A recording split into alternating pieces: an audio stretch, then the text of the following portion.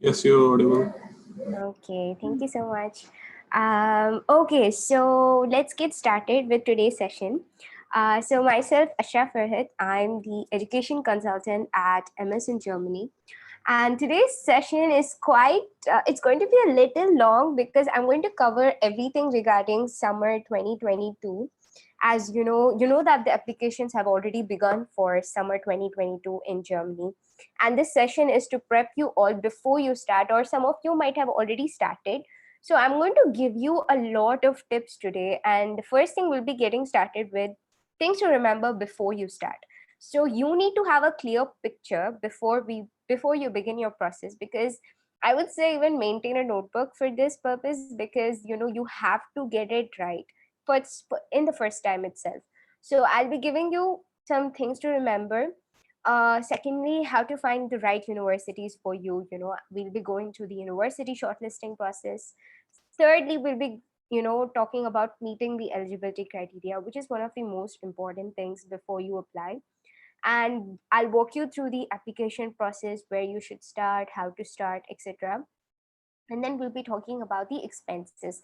That is where things get real, and you should know how much it actually costs to study in Germany. And last but not the least, we'll be talking about how to increase your chances of getting admission.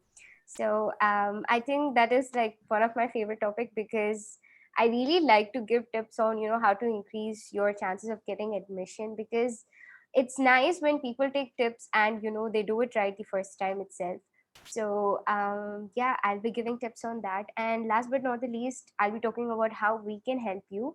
And we'll have a Q&A session where you can ask me questions. We also have Uday sir joining us, who is the founder of MS in Germany, and he is a TUM alumnus. So he has studied in TUM, and he'll be able to answer your questions. So get your questions ready. I mean, during the once I'm done presenting, you can, just while I'm presenting, you can write down the questions that you have doubts in, and you can ask us in the end. You can just directly switch on your mics, and you can ask us the questions. So I hope that's clear. We'll get started. Okay, so how do I know when is the right time for me to start my masters? Especially during the pandemic, many people are confused if this is the right time to start or not. But just for you to know, things have become so much better right now. Like, I would say, a few years back, applying to a university abroad was so much difficult. You had to go through many processes. There are so many consultancies out there. You have to go through all of that, spend so much money in just the application process, and then comes the actual tuition fee, etc. But right now everything has become online, which means that everything has become much easier. And if you're skeptical, thinking that COVID is going to stop you from your admission in Germany, you're totally wrong, because it has just got easier. Maybe the visa processes has become a bit difficult, because due to the lack of you're not easily able to get the appointments. But right now it's all online, and you don't even have to go to Germany to study in Germany. So everything has become online, and your chances of getting admission has become much much higher these days. So how do I know when is the right time for me to start my masters? When you're financially ready. Even if you're going to go to a public university where the tuition fee is zero, you will still have to have at least, I would say, 12 to 15 lakhs with you before you start. Before you go there, because this is for your living expenses. I would say your living expenses won't be as much as I'm mentioning right now, but you have to set up your blocked account.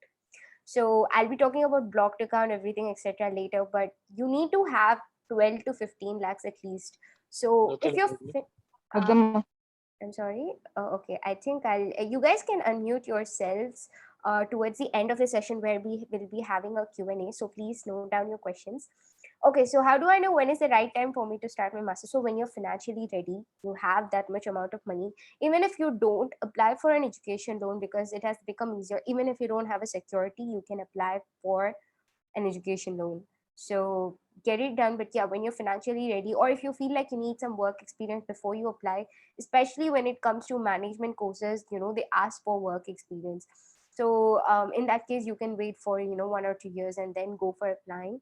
But yeah, if you're going for a technical course, let's say your master's in mechanical engineering or something, you can go directly, because most of the students do that, and they do not expect you to have work experience, most of the universities. So hope that this stays in your mind. And when you have the time for it without any responsibilities on your back, so many of us have family responsibilities to take care of, it could be anything, and you have some responsibilities in India, then yeah, you will, this is not the right time. Because if you're going to go for your masters in Germany, you shouldn't have other things on your mind, because this is a huge commitment. You're going to study a completely different thing, and it's not like just like in India, you can just directly pass. The education system is quite difficult. So there are so many things. You need to be punctual, so make sure that you don't have too many responsibilities on your back, and don't start unless you are ready yourself. Like I said, mentally, everything, you should be set for this. And yeah, that's when, if whenever it's a time, you will know it's a time. So yeah. Okay, so first things first, get your priorities right. Your choices should be valid, realistic, and career focused. I know most of you are planning to do your masters in Germany just because your job scope would be so much better if you pursue your masters in Germany. And your priorities should be right, your choices should be valid. Let's say, I think it's time for us to be more realistic and matured. When we were a child, we were totally unrealistic. And don't take any rash decisions. It Your main focus should be your I mean, it so for some of you people, it could be just a new thing, for a change or something like that. But I think the ones who deserve the most are the ones who are really serious about what they really want to do. And so get your priorities right. And yeah. Okay, so when it comes to universities, I'll quickly go through this because you must already know this: public and private universities. Public universities, you can find around 300 universities, which is a lot, and most of the universities in Germany are public. So if you think that your chances are very less for public, no, because there are so many universities. And also, public universities basically mean that they are government funded universities, which means you can do zero tuition fee courses. That's right. The Most of the courses in public universities are zero tuition fee ones, which is you don't have to pay anything. By you don't have to pay anything, I mean like you'll have semester fee, which is around 150 to 300 euros. But some universities don't even have that. Most of them do, but that is still comparatively so much lower than the actual tuition fee. Because in normal universities you can expect 3,000 to 4,000 euros per semester, but in public universities, no, you don't have that. So this is the universities where most of you aim for. And if you feel like your chances are very low for public, you could always go for private. And it's not just about that. There are some courses which are available only in private, so you could go for it. And public universities, it's not like in India, where you need to have 99% and above that to get a fully funded zero tuition fee university. But in Germany, that's not the case. Like if you have your percentage as low as 70 percentage or so, you can get admission in a public university. Your German grade should be 2.5. You can calculate your German grade from our from our website. We have a free German grade calculator. So you just have to enter your minimum passing score and your obtained grade, and as well as the maximum grade. So you will be able to calculate your German grade. And 2.5 minimum, you should have 2.5, 2.5 or lesser than that. So by lesser, I mean in Germany, if it's like 1 or 0 to, 1 to 2.5 is considered like a really good score. And above 2.5, like 3 and stuff, it's below average. So you need to have at least 2.5 to be eligible for public universities, most of them ask for 2.5. So yeah. And there's also, among public universities itself, there are two types. One is the TU and FH. So TU is more of technical oriented courses. If you want to go for a research based course, so you can go for the TU universities.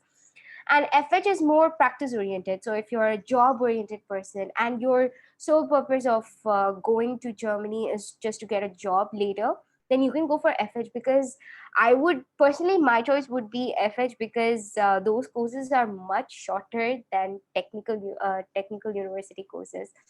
Usually technical, if you do it from a TU university, it would take you at least 2 years to finish a course, or maybe most probably it'll take you more than that. But FH you could complete within 1.5 years, or just in 3 semesters, which is great. And it's not like these courses are not valid.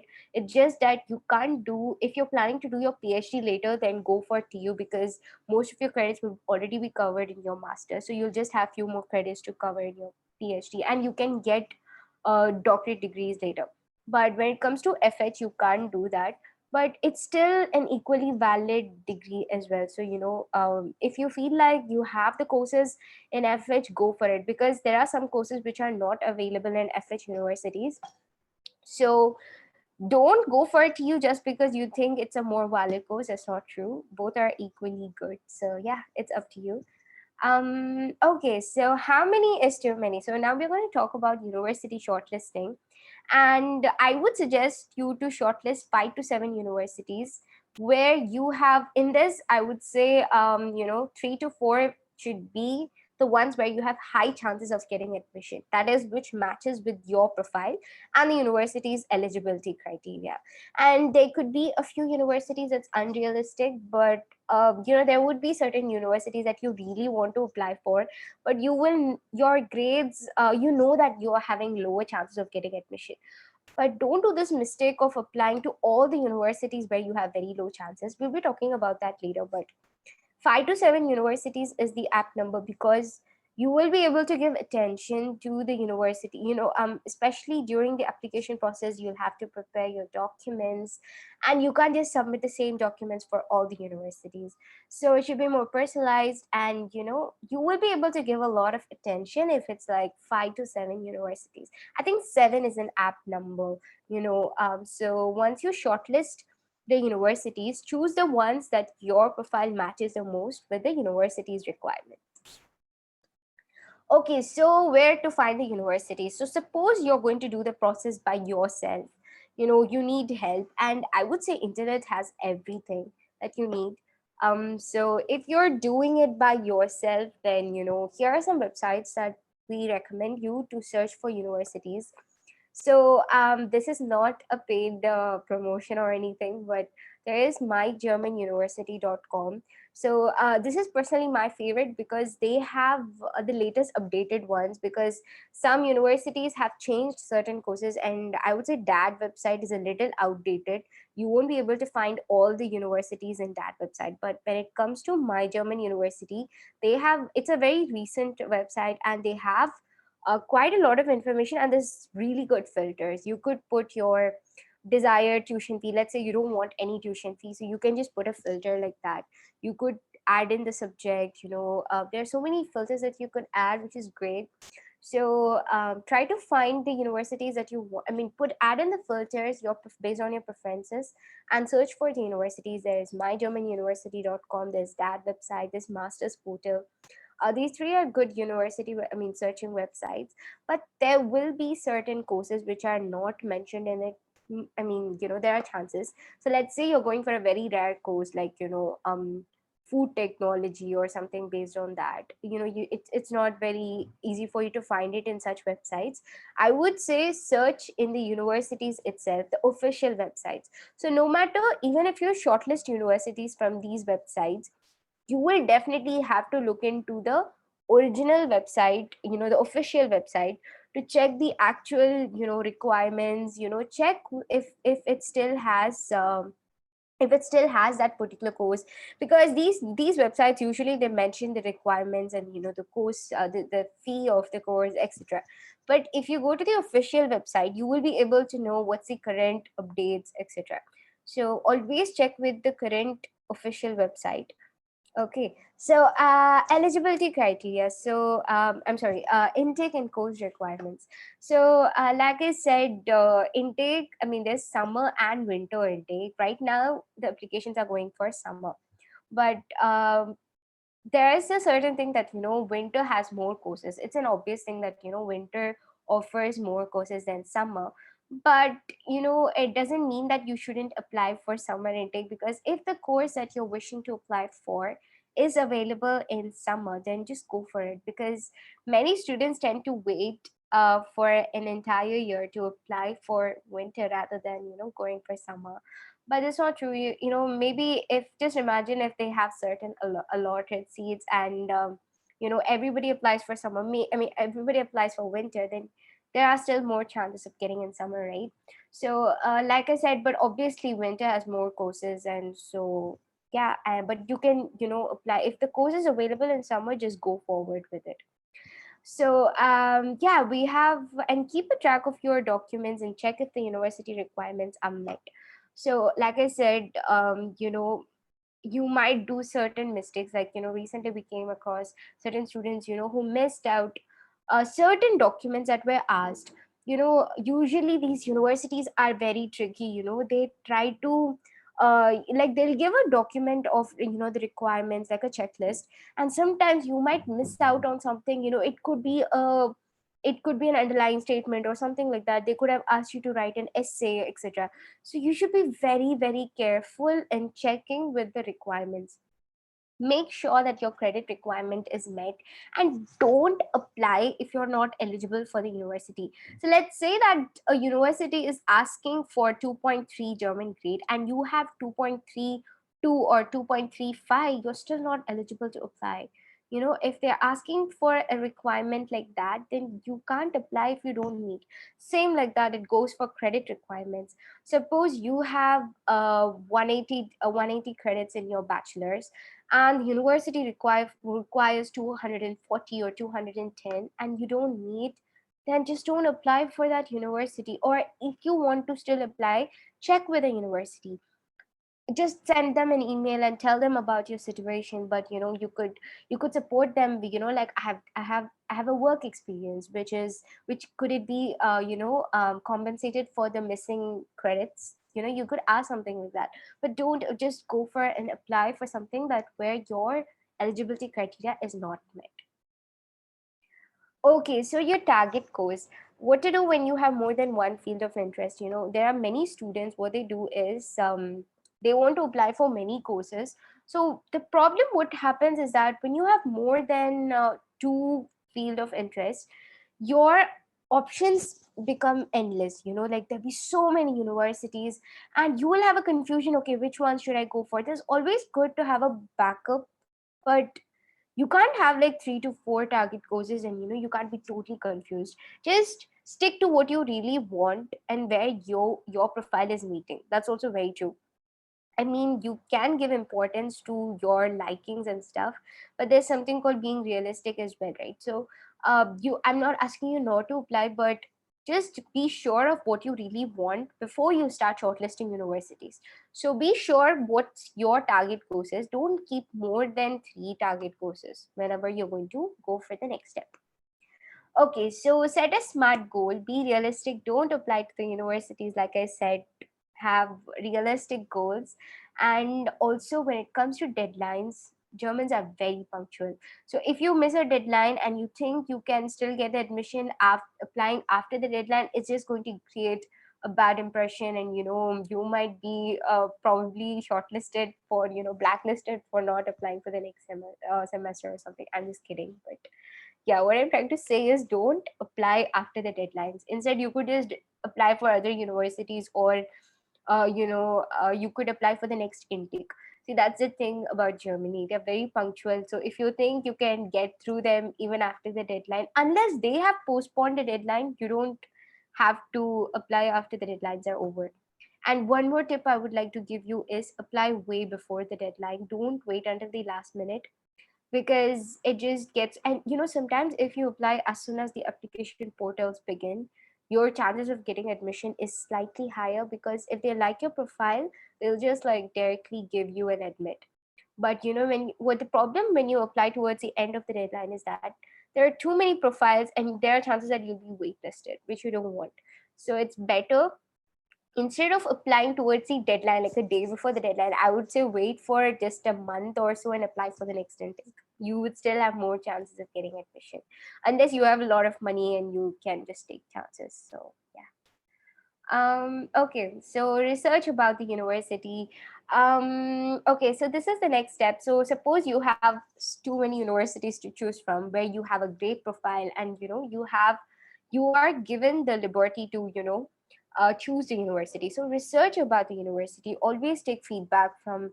You can start with something as simple as the Facebook groups, because you could just check the university Facebook group, and there would definitely be a union of students having, they talk about the university, the recent events. Make sure that it matches with your interest. So let's say that you want to do your research work in Germany. If you're going for TU University, you don't have to worry about anything because you will have great labs. But if it's not a TU, and if you still want to carry out your research work, so if it's all the TU9 universities, you have to check with the research labs and stuff if it's great, if it's good enough for your to carry out the experiment. Because sometimes your profile might be a little low, and you would have applied to a lesser popular university. So you need to check up with these things because your priorities come first. And check with the professors how it is. These kind of things. You should picture yourself being in the university, especially when I did my bachelor's abroad. I would spend days in just looking at the universities, the hashtag of the university, and I would just go through how the places are like and stuff. So I started picturing myself over there, and you should be able to do that. Okay, so let's get realistic. Let's start with the required documents and how the application process works. Okay, so there are six major documents. So see, this would vary from university to university.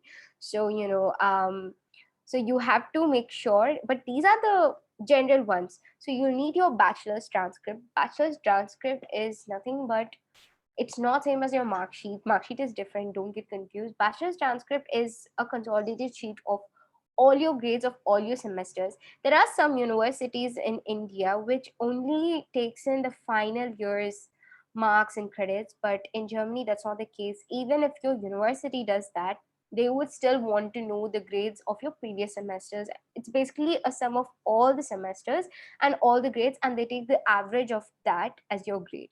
So you need to provide them with your bachelor's transcript, and it also helps them to calculate your credits or your grades. So let's say that you have a GPA system. So they would want to know what your GPA corresponds to. Like, let's say if your GPA is 7, they want to know in percentage how much it corresponds to, and they also want to know what's your minimum passing criteria, etc. So for that, they would really need your bachelor's transcript, and you can't apply without a transcript unless you have a conditional transcript, or you have a partial transcript. Then it's okay, because you might also get a conditional offer letter. But yeah, transcript is kind of mandatory for you to apply for German universities. Secondly, your IELTS. I've just written IELTS, but it could be any English language proficiency certificate. It could be medium of instruction certificate. But the catch here is that very few universities accept medium of instruction certificate. So it's best for you to just give your IELTS. And for your IELTS, you need to have at least 6.5 or 7. But I suggest you take the IELTS because most of the universities accept IELTS. So it's just better. But you could also take TOEFL, or there's Cambridge as well. So yeah. So you need to have the German language proficiency certificate if you're going for a bilingual program or a German dot program. So when it comes to bilingual program, you need to have at least like B2 or C1. And also if it's a German taught program, you need to have C1 at least. So yeah, just get it ready. But if you're going for an English taught program in Germany, you don't need any German language proficiency certificate.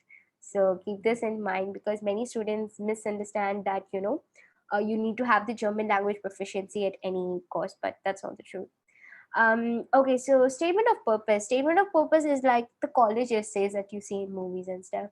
So it's basically a document that has all the reasons that why you want to study in a particular university. This could be, you could write about your academic excellence. You could talk about your childhood, who inspired you to choose this course. It could be all about you, but this is that one thing that makes you stand out. So if there are so many students and they want you to stand up, and this is also the way where you can communicate with the admission committee. So make sure that it's very personalized and it's very unique. So write it properly. You could always take help or from us, or from anybody, if you want to get your documents ready in a proper way. And you will need letters of recommendation. So this is in case you're applying for public universities, you will need 2 to 3 letters of recommendation ready. You will need 2 from your academic letter of recommendation, so that is from your university. And you might need 1 from your workplace if you have work experience. If you don't have, you can just take all of them from the university itself.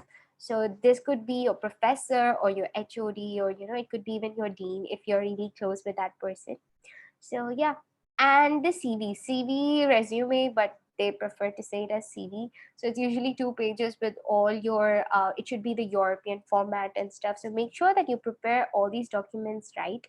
These are the major documents, but some universities might ask you something more. Let's say they might ask you for a technical essay on a particular topic, or it could be some it could also be your finance statements or anything. So just get, but these are the ones which are usually asked in universities. Okay, so university applications, do it right. So I want you to get it right the first time itself. So make sure that you're eligible for the universities that you're applying. Okay, just a second. I think okay, yeah, please don't annotate on the screen, please. Okay, so make sure that you're eligible for the universities that you apply. This is very important because you don't have to be unrealistic. It's better that you're realistic in, and like get I don't want you to get a rejection. So make sure that you don't apply, because I'll tell you again, Germans are very particular and they are by the rules.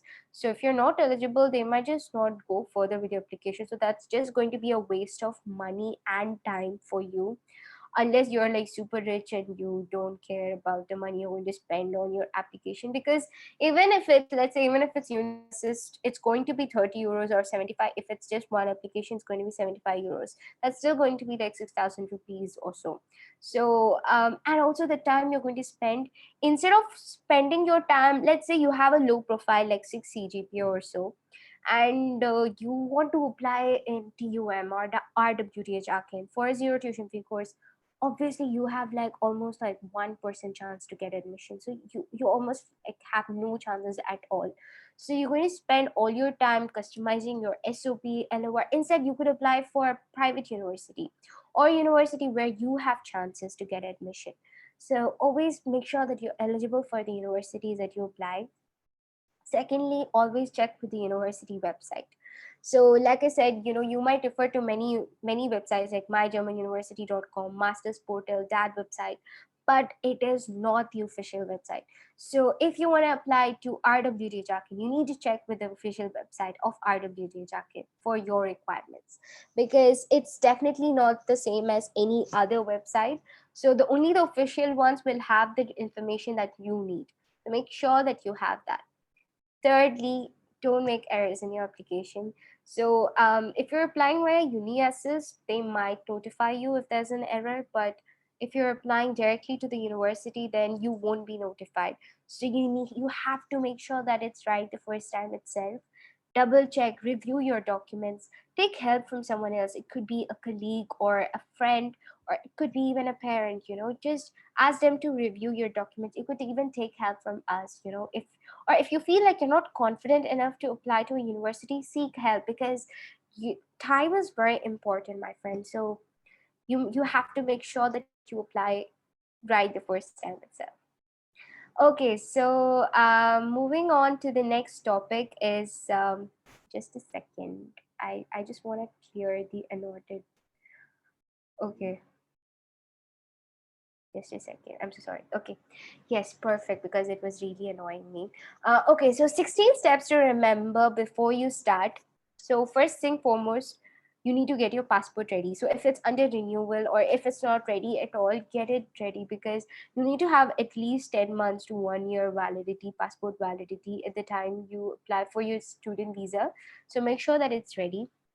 Secondly, take the IELTS test, because this would take some time, especially during the pandemic right now. suddenly there's a lockdown and you won't be able to take the test. So make sure that you get it ready as soon as possible. Thirdly, take the GRE and German language test. So, this is not a mandatory step at all, because for many of you who ask if GRE is mandatory, no, it's not, because less than 10 universities ask for GRE. So I would just say, don't, if you're not confident enough to get a 310 or 315 in GRE, please don't take it. It's going to take a lot of time for you, money, time, everything is going to be wasted. And just less than 10 universities ask for it. So that's very, just a handful of, I mean, like, it's just a couple of universities. So you could just apply for universities that do not require GRE, because in Germany your CGPA matters the most, more than any other document. So make sure that you get it ready. So yeah, GRE is not mandatory at all. German language test, if you're going for a bilingual program or German taught program, then get it done. But I would say Germany is a place, where everything is going to be in German. So it wouldn't pain you to, just learn maybe A1 or A2. I have a friend right now who's doing German class, and she has completed.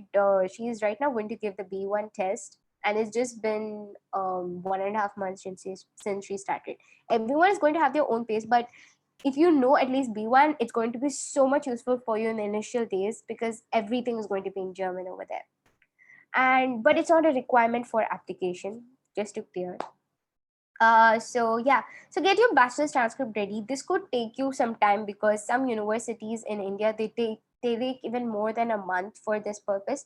So apply way in advance, because it could really help you out, like, to get it ready in time. And it sometimes costs you around 1,000 rupees, depends. But yeah, apply for it in advance from your university.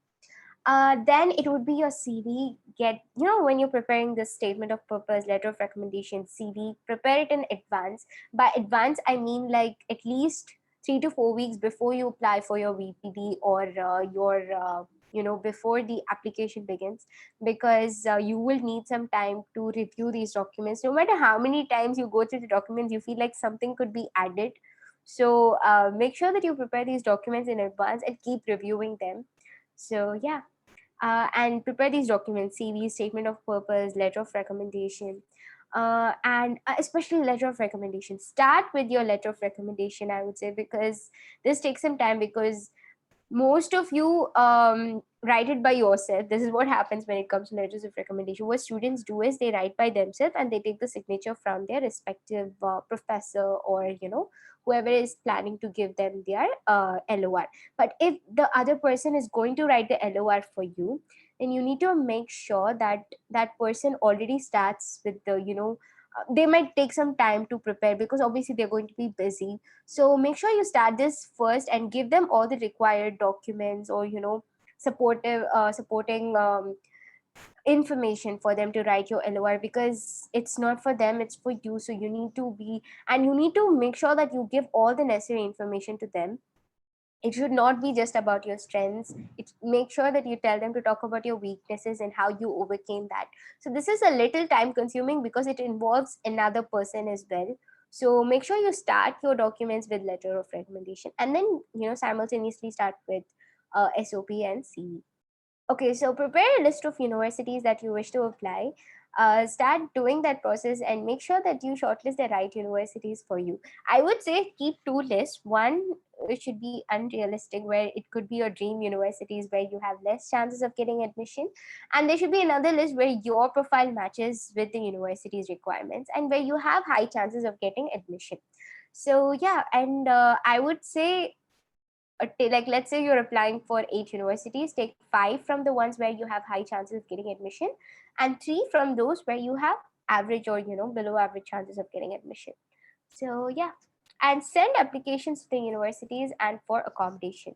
So I would say apply as soon as the portals open, which is right now for summer intake 2022. Start applying right now itself. And if you're going to apply for VPD is basically part of Uni Assist. So you'll have to apply for VPD, which is like a preliminary document checking process.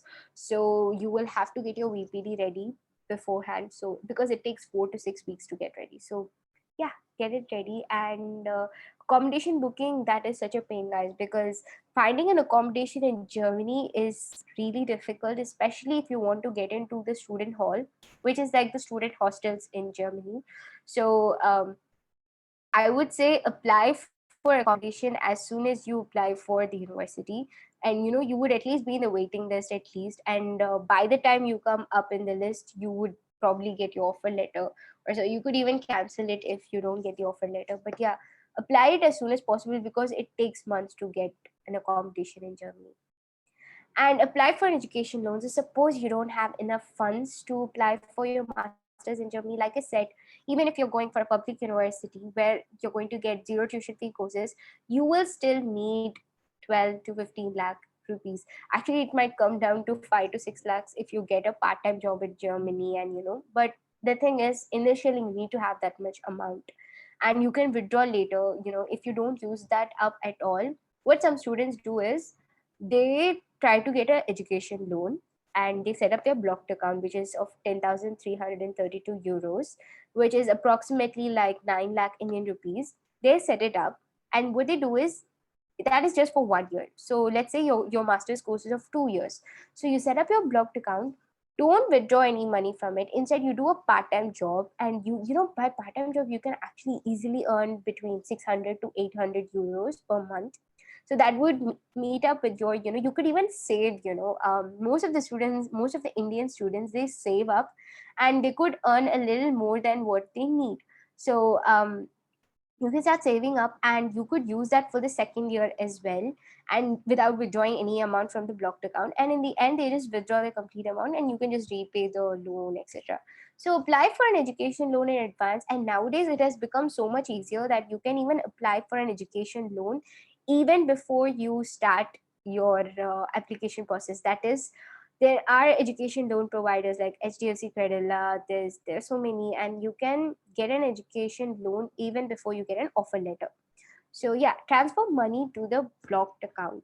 So this is a fast process, but it you need to set up your blocked account before you apply for your student visa. So make sure that you set it up before itself. It's a mandatory step for student visa, so get it ready. And take the travel insurance. Travel insurance is also a mandatory step because, like I said, for the student visa, which you will be applying after you get admission, you will need to set up your blocked account. You need to have an offer letter. You need to take the travel insurance. So these kind of things take some time to get, so make sure that you apply for it in advance. And book your flight, especially right now during the pandemic. Whenever you're getting the chance to book a flight, please do it, because sometimes they open it for a very few days and they keep the prices really high. And also, if you book your flight way in advance, it's going to be much cheaper.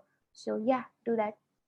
And apply for the German student visa. So right now this is a little difficult because many places you're not able to get the slots. I understand, you guys can book it with us in case, especially if you're from Kolkata, Chennai, Bangalore, and Delhi. I'm sorry, Delhi or Bombay. Yeah, so if you're from any of these consulates, so please contact us. We are currently unable to get it for Mumbai, but you can try if you're from Delhi, Bangalore, Chennai, Kolkata, please contact us. We can get it for you. And get a prepaid card. So, like I said, initially it will take you some time to get your bank account set, and you will have some expenses, let's say for your accommodation, for your initial expenses, let's say to get a SIM card and initial expenses. So, it'll take you 2 weeks to 3 weeks to get your bank account ready. So until then, what you do is you get a prepaid card. Prepaid card, you can get it in India itself. It's called Forex. You can get it from here, and it's basically you load a certain amount of money and you can withdraw in Germany with that currency itself. Like you will get it in ATM in that currency. So this is very handy, guys, especially if you're going to be a student. I personally used Forex card, so it was really helpful. So get it done and pack your bags and say goodbye. Shopping is one of the major steps. So I don't think I have to give much insights on that. You know what to pack. So okay. Nextly, I mean, this is for the final things I want to say. Expenses. So tuition fee, it could be zero or it could be 10,000 to 20,000 euros. So zero in case if you get in a public university, and there are some paid courses in public universities itself, but aim for the ones which are zero tuition fee ones, because that's going to be a lot expensive for you if you're going for a private university. So try your best to get into a public one. And your monthly expenses could be around 850 euros. This is on the higher side. This is the average monthly expenses that is set up by Germany, but you could have it as low as 600 euros, or even 550. So yeah, it could be around that. But by monthly expenses, I mean it's including your accommodation, food, travel, etc. Travel, it's if you travel within the city, it's free if you have a semester ticket. So yeah, you don't have to worry about it. And blocked account. So blocked account is the proof of finance. So blocked account is basically you are blocking amount. It is a proof to let the German government know that you have enough funds to manage your expenses in Germany. So like I said, this you have to set up even before going, even before applying for German student visa. And this amount currently it's 10,332 euros, which corresponds to around 9 lakh Indian rupees. So what you do is you set up a blocked account, and once you've set it up, you can't withdraw cash from it until you finish your course. So you can actually withdraw per month around 850 euros, but that's the limit. You can't withdraw more than that. And that also you can't withdraw directly. It'll be debited to, I mean, it'll be credited to your German bank account, and you can withdraw from that. So this is how it works. But you can set it up in India itself. So yeah. Okay, so how to increase your chances of getting admission in Germany? This is one of my favorite topics because I love to give advice regarding this. So how to increase your chances? So I will say, guys, any document, anything, but CGPA is the most important one. Nothing would be as important as your CGPA, a GRE score, or your SOPLOR.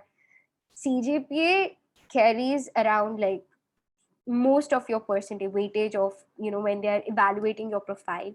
So if you're still studying, please focus on your CGPA and try to make it at least 8. 8 is a great score for you to apply for public universities. So try your best to keep it around 8. But to be eligible for German universities, you need to at least have a 7. That's a good score. I mean, that's an average score actually to apply for German universities. But yeah, you have chances of getting admission. Secondly, prepare an outstanding SOP and CV, because this is where you stand out.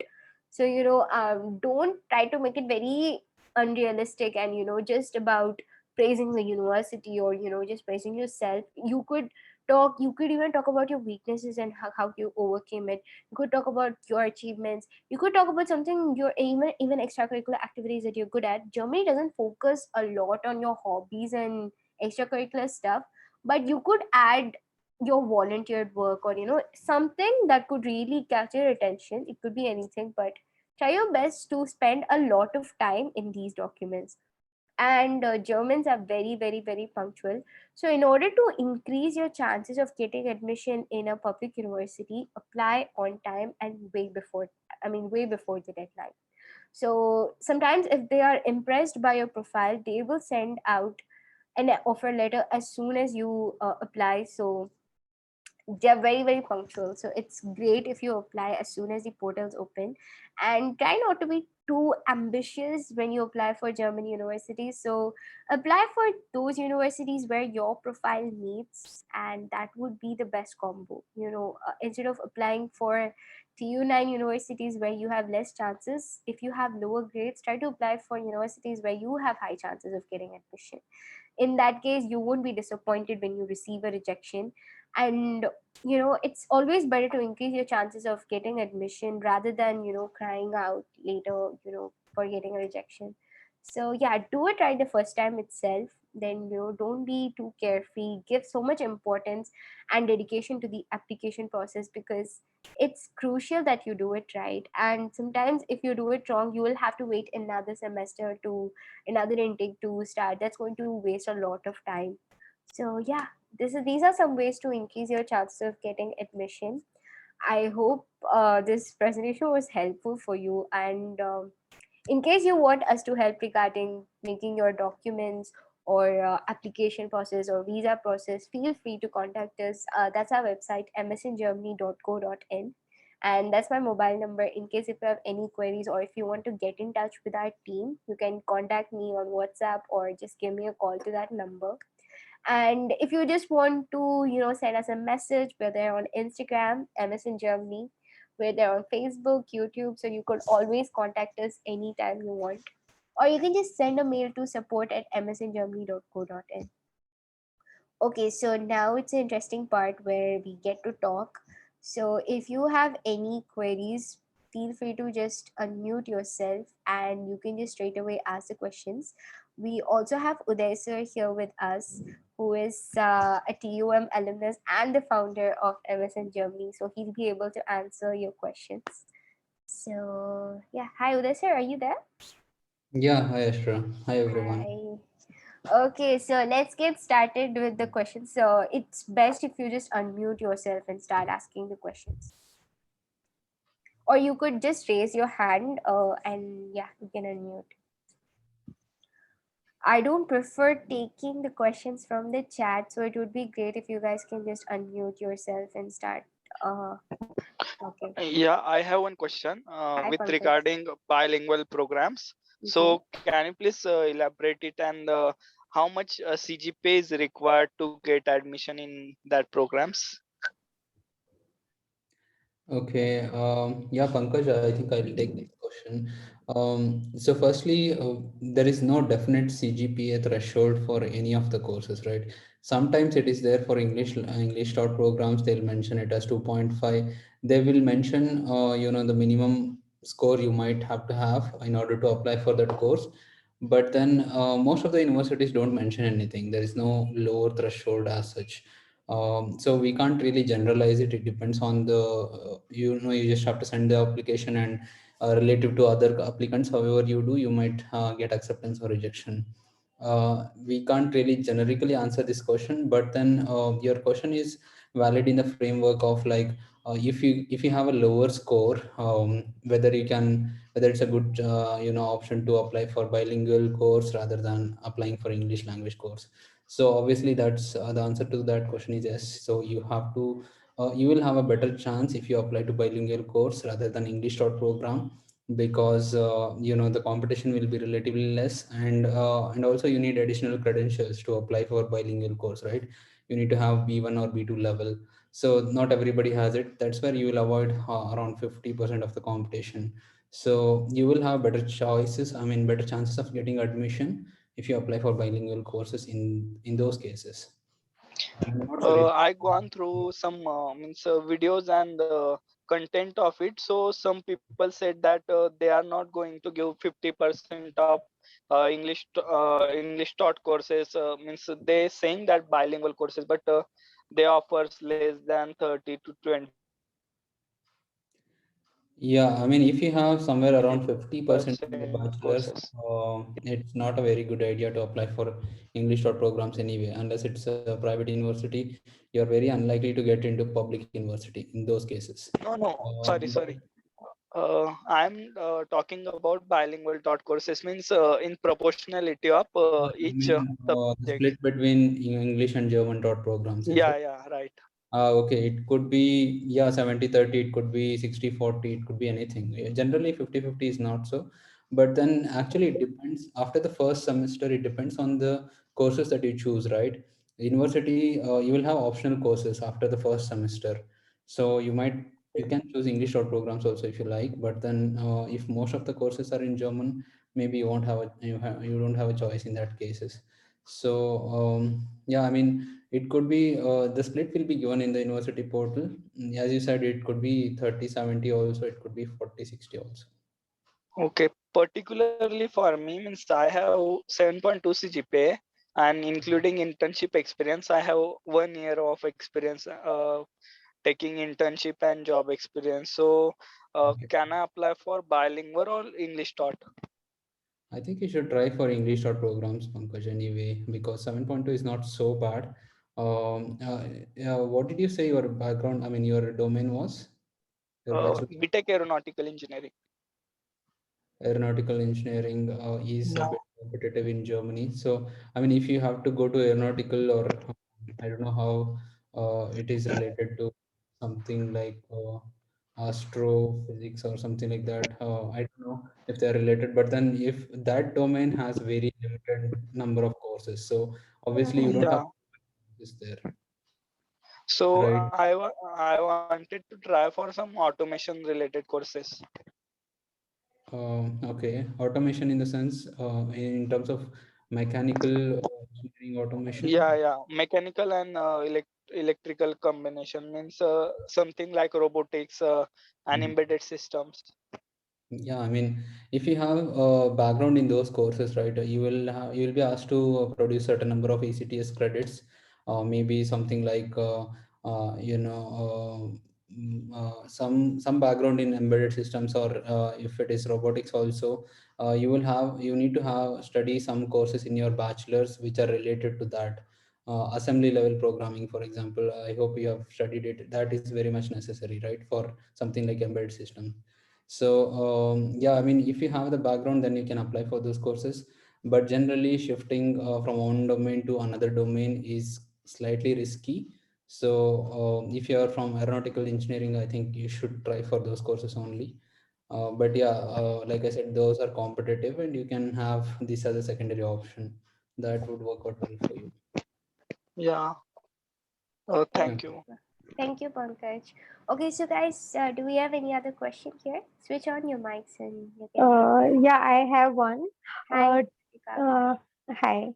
Taking help from consultancy is better or doing it by myself? Because do they have any types with the university or something? Because as I'm looking for masters in architecture, so the number of courses are very less in summer intake.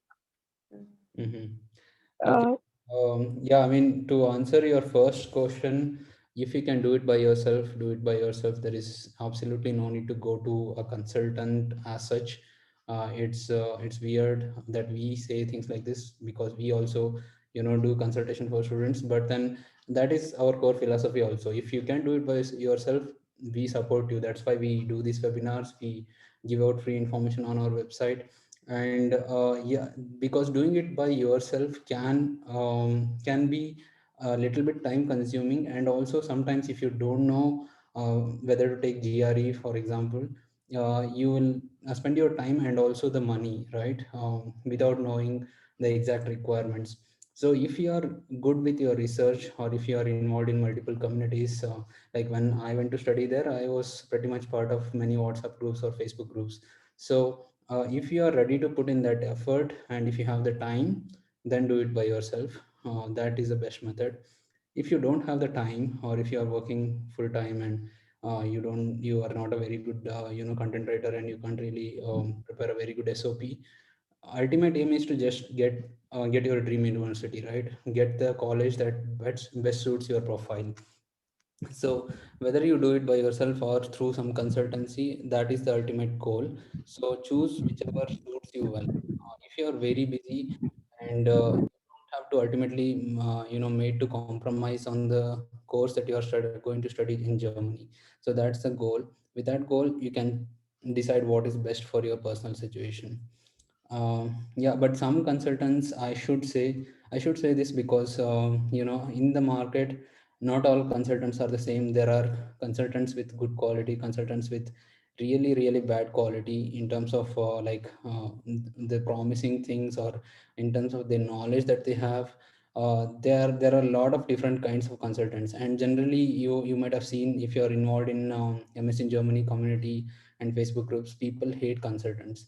Why? Because they take money and they don't do anything. So generally this is there in the market. So you also have to be very careful in choosing the consultant if you are going to that route. But if you are going to do it on your own, yeah, I mean, be ready to spend some good amount of time, but then you can certainly do it on your own. okay, thanks. Thank Hi. you. Hi, Shriksha. Yeah, I have already completed my post graduation in chemistry and I have 2 years of experience in research and development section. So if I'm going for Germany for my MS, means I could more importance given to my BSc sections or for my MSc for Uh, applying. okay. Sriksha, can you please repeat what was your BS bachelor's in and what was your master's in? Bachelor's in chemistry and master's in chemistry, general chemistry. Okay. So what happens is they take credits from both. If you are going to go for another master's after your master's in India, if they both are related, your bachelor's and master's are related, they can consider credits from both. But then majorly, I mean, in which sector are you going to go and do your master's? Is it again in chemistry? Yeah, again in chemistry, specifically for some specified things that is analytical chemistry, spectrochemical, I mean spectrochemistry like. Yeah, I mean, So you need to be which is careful to specify this thing in your SOP, all right? Because okay. generally it is it can cause problems in two places. One is your application itself in the university application. If it is like masters in chemistry, and if they see it in your profile that you have already done it in India, the motivation is not very clear, right? To the Okay. university to give you an admit. Let's say you explain it through your SOP very well, and you might have to say like, okay, I want to specialize in this, that's why I'm coming there. That's okay. But second hurdle is your visa. Visa, people will also ask you, why are you going to do another masters in the same field? It Okay. will be very So tricky. what about will be the PhD section? I'm sorry. What about the PhD? If I'm going for a If PhD you're going for question. PhD, then it's a doctorate degree. It's totally different. Obviously, there if that would be more preferable, I would feel. I mean, for you to go for a PhD rather than a master's. But for PhD is a different procedure altogether. You have to find a professor who is working in the chemistry field or whatever specialization that you told, and you have to write an email to him and get get on with a conversation with him and explain him why are you interested in that field and what would be your contribution. And it will be more like informal talks initially. Once he is happy with your profile, he will ask you to apply through university portal for PhD. Okay. And then you also have to talk about your salary, because in Germany PhD is more like a job only. There you will be paid very well. So for that, the professor needs to have a grant from some company or from the university itself. So all these things will come into picture. It's very different from a master's application. So yeah, I mean, choice is yours, but then if you have a specific master's courses like you said spectrochemistry, master's in spectrochemistry, that would be a better application for you if you go like that. If it is again masters in generic chemistry, these questions will arise, and you have to answer it every time, and you have to be very persuasive. Okay. Okay. Thank you. Yeah, all the best. Thank you, Shriyaka. So, do we have, okay, yeah, Pankuri, hi. Hello.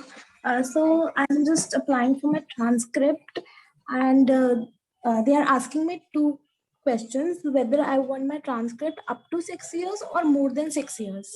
So can you just suggest me? You mean 6 semesters, right, Pankuri? I think Not 6 semester. They are asking for up to 6 years or more than 6 years. uh, I'm not very sure what does that mean, because what is your bachelor's in? Is it a engineering degree or is it a No, no, no. Normal BA in political science. so BA is a 3-year course, right? Yes, yes. So that would be 6 semesters. I think in order to apply for German universities, all you need is your transcript of your bachelor's. So they don't need transcript of anything else. Is Like, this like when you're applying for the university for a transcript? I mean, like from your bachelor's university? Yes, yes. Okay. I'm I applying think for she's Indian talking about while university. filling the form for the Yes. bachelor's university requesting for a transcript. Yeah. But is I'm it not like a sure. validity of the transcript, Yeah, 6 years? I feel Yeah, yeah, the validity. I mean, if 6 years is more than sufficient, like if you yeah. can, even if you take it for 2 years, it's enough. I mean, probably take it for 3 or 4 years, because if you decide to do PhD afterwards, you might again need transcripts. So yeah, 6 years So is, up to 6 years is okay. yeah, it should be enough. Okay. Thank you. All right. Thank you, Pankari. Hi, is there anyone else with a question? You could just switch on your mic and ask. I'm not going to take questions from the chat unless. Uh, do we have any question? Mm, okay. So I'm just. You can just switch on your mics and ask us the question because it's much better. Why I suggest is because if there's any subsequent question, we can take that up easily. That's why. So if you have any question, just feel free to ask us. Hi, Shivam. Hi, I have a question. Okay. Is it easy to get loan from education loan from public bank like SBI or BOB, or is it difficult? I mean, how is? Can you explain? Okay. When it comes to education loan, Shivam, the process actually, I mean, the possibility actually depends on your profile. So, firstly, if you're a working professional, you will be earning salary and they will check your CIBIL score, your credit score basically, to see how much, like how is your credit history. So that's the primary factor which matters. But if you're not working and if you are depending on your father's or somebody other else's salary, they will check their profile. They'll check their salary. They'll check also your properties which are there in your father's name or in your name. So only thing that a bank or any private organization like HDFC Credit or InCred, what they want to make sure is that you're capable of paying back the loan. And sometimes it also, the possibility of getting the loan also depends on which university you get admission from and how much is your bachelor score. All these things combined, they will give you a score which will determine whether you are eligible for loan or not. It's the same process whether you go to a bank, whether you go to any financial organization. So just like university does profile evaluation and give you the admit. So same thing, even these banks also do to see like whether you are financially capable of giving them loan back if in case you couldn't earn after your masters, or whether they can get money back or not. That's the primary concern, right? Because they are giving you their money. So if you are if you have a good property which you can lend them or which you can keep as a collateral, mostly you will get the loan no matter what. But then if you don't have a property or anything, then it pretty much depends on your profile. How good is your bachelor's and which university you got admissions to, and how good is your father's income and everything. So there are many factors, but it depends on the company. I mean, it depends on the bank which evaluates your profile.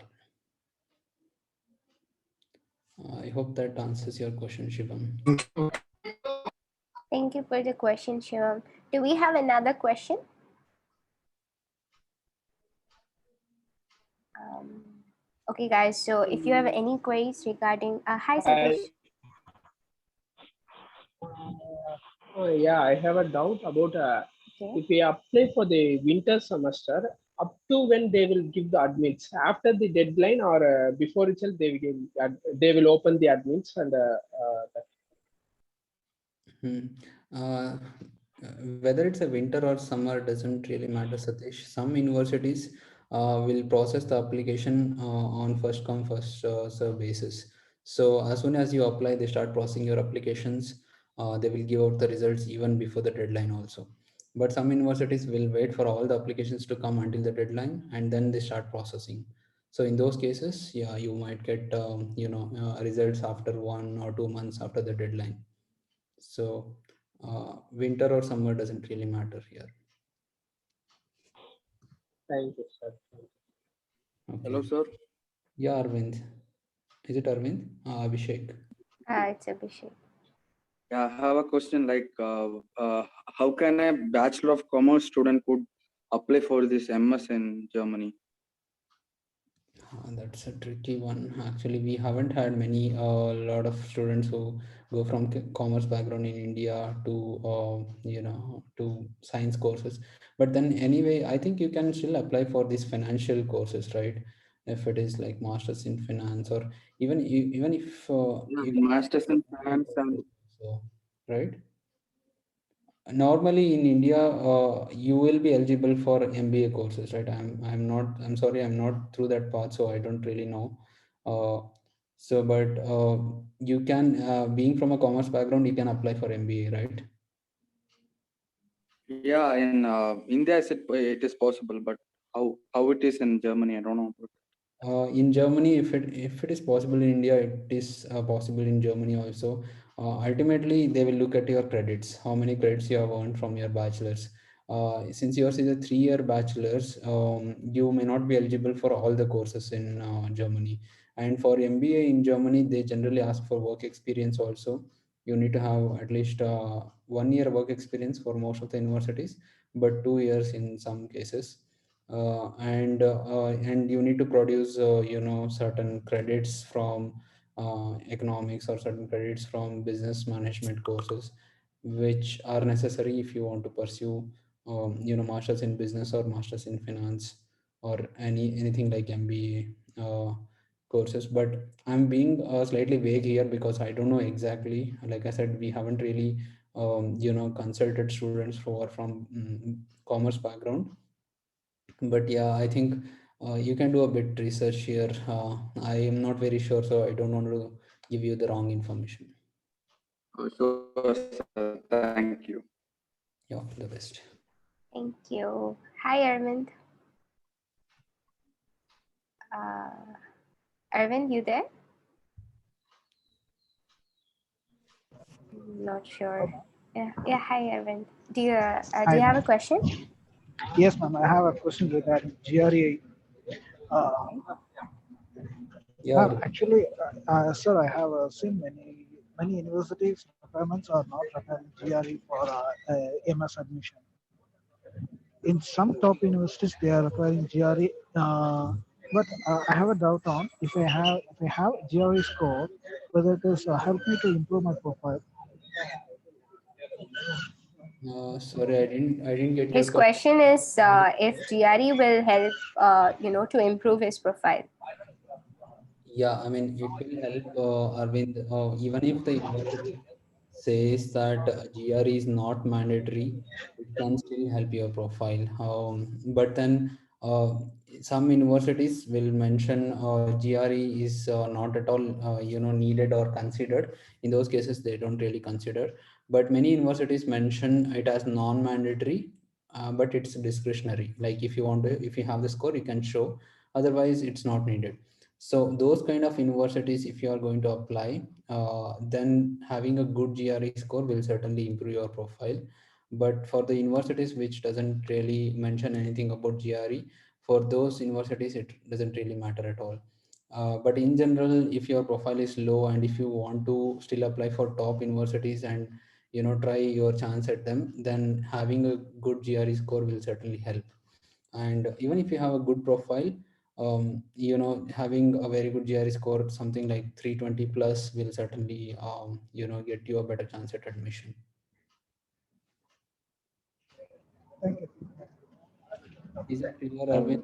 And Do you have anything else to ask? No, sir, not really. I have to research on this and then have a raise a question in another. Yeah, firstly, shortlist the universities which you are going to apply to.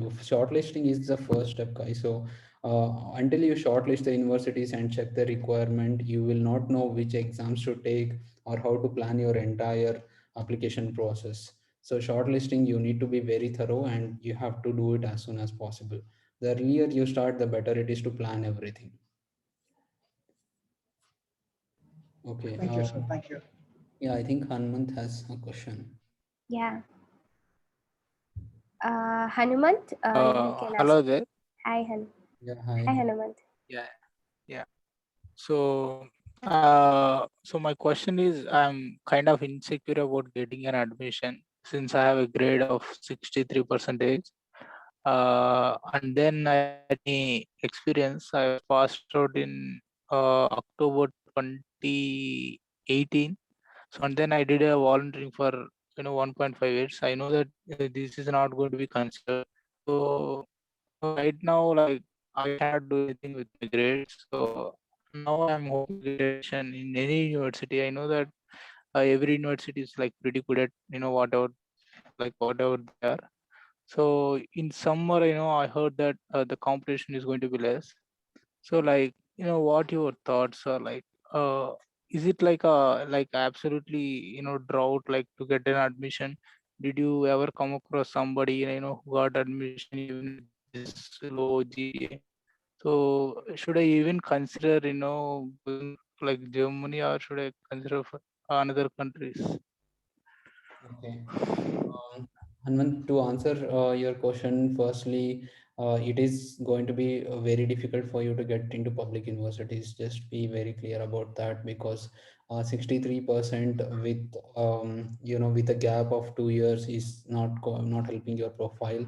But contrary to that, to answer your the other question, we have had students with 59% also get admission in German public universities. But the courses they applied is are totally strange, and something like geoinformatics or something like some courses which no other people will apply. If you are so desperate to go to Germany, you can apply and get an admission to them. But then there are some legit methods to get admission to public universities, even with a bad profile, right? You can apply for German taught programs. That is the most common method. If you are so passionate about studying in Germany, learn German till C1 level and apply for German taught programs. That is the best way also, because you need to learn German anyway.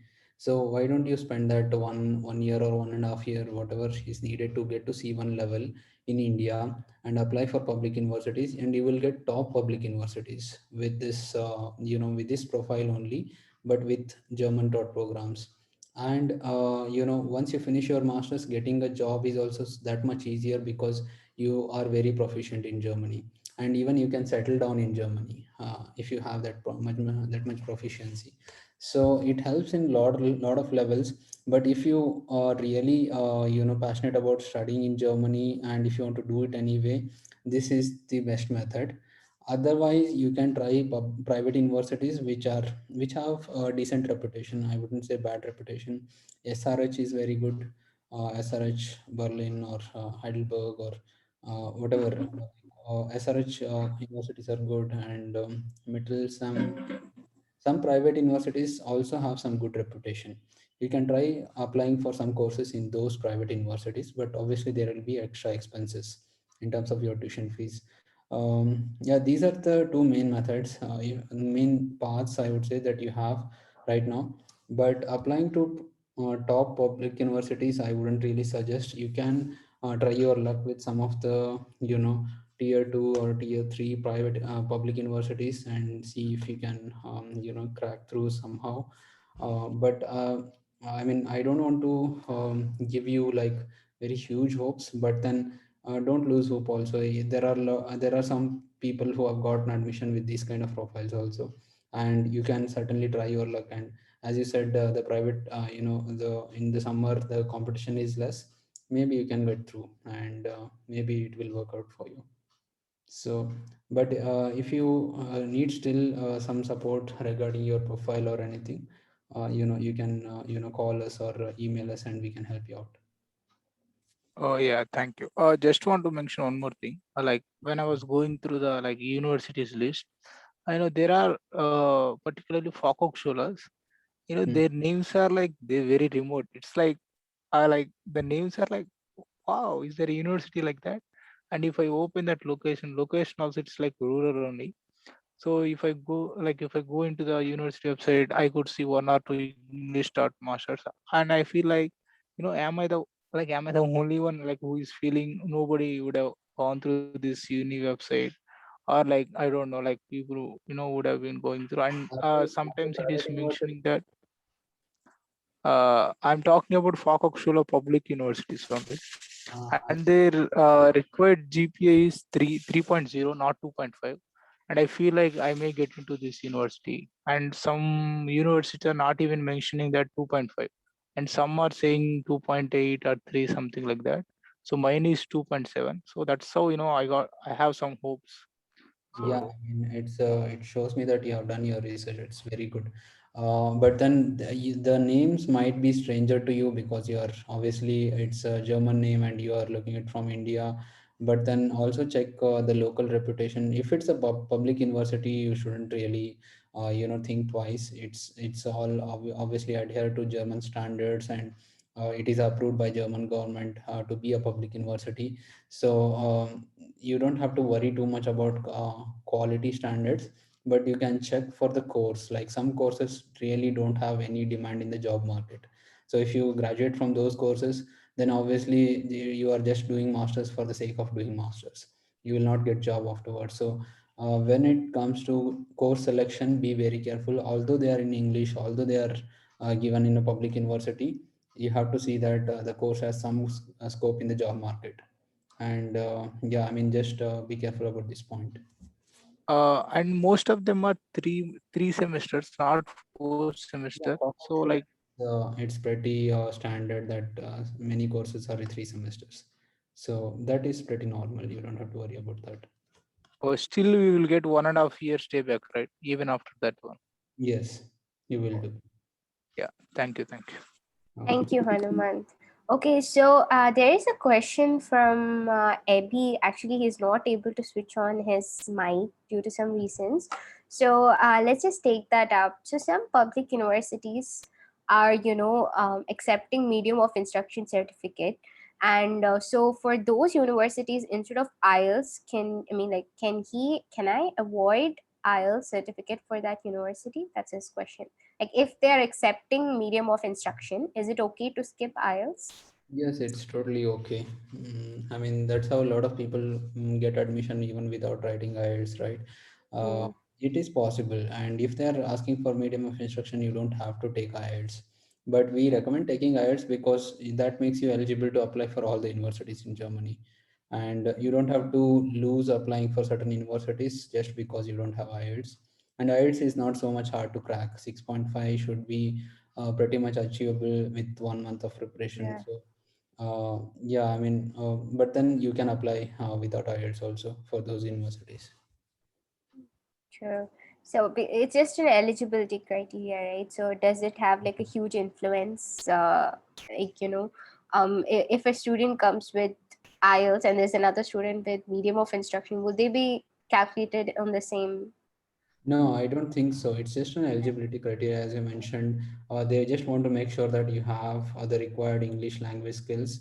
And if you have done your bachelor's in English and all those courses listed in your transcripts are taught in English, they know that you know English, obviously. And yeah, I think that would suffice. I don't think it will have any edge over, getting an admission. Okay, so I hope that answered your question, Abby. And thank you so much, guys, for all the questions. And if you feel like we were not able to answer any of the questions, feel free to contact us on Instagram. Our Instagram handle is MS in Germany, MSINGERMANY. So you can just DM us your queries, or you could simply just send a WhatsApp message to my number. We can get you in touch with our team. So yeah, thank you so much for all the questions, and thank you, Desser, for joining us for today's session. This Thanks. has been great. Thanks. I just one thing that I want to say to everybody who are like, obviously, you guys are at the beginning stage of your application process. Yeah, I mean, we have covered to some extent about consultants and being able to do it independently and all. So it's very important that you have a plan of action. And since especially since you are at the beginning, shortlisting university is the most important step. And please take your time in shortlisting as accurately as possible. Obviously some things can change afterwards also, but then having a short list will give you uh, an idea of like when is your application beginning, when to prepare your SOP, when to prepare your LORs, when to visit your college for the transcripts. All those things can be planned out when you have your shortlist ready. So that should be your first step. And obviously, if you don't have a passport, please apply for the same. And yeah, I think take your IELTS test, and all these things are I think already covered in the webinar. But then yeah, I mean, have a systematic plan and do it very systematically. You can do it yourself also. But then yeah, I mean, if you need any support with anything, yeah, we are here for you. You can always contact us on our website. Thank you, there, sir, for that. And thank you guys for joining today's session. And yeah, have a great weekend ahead. Bye bye. Bye everyone. Bye.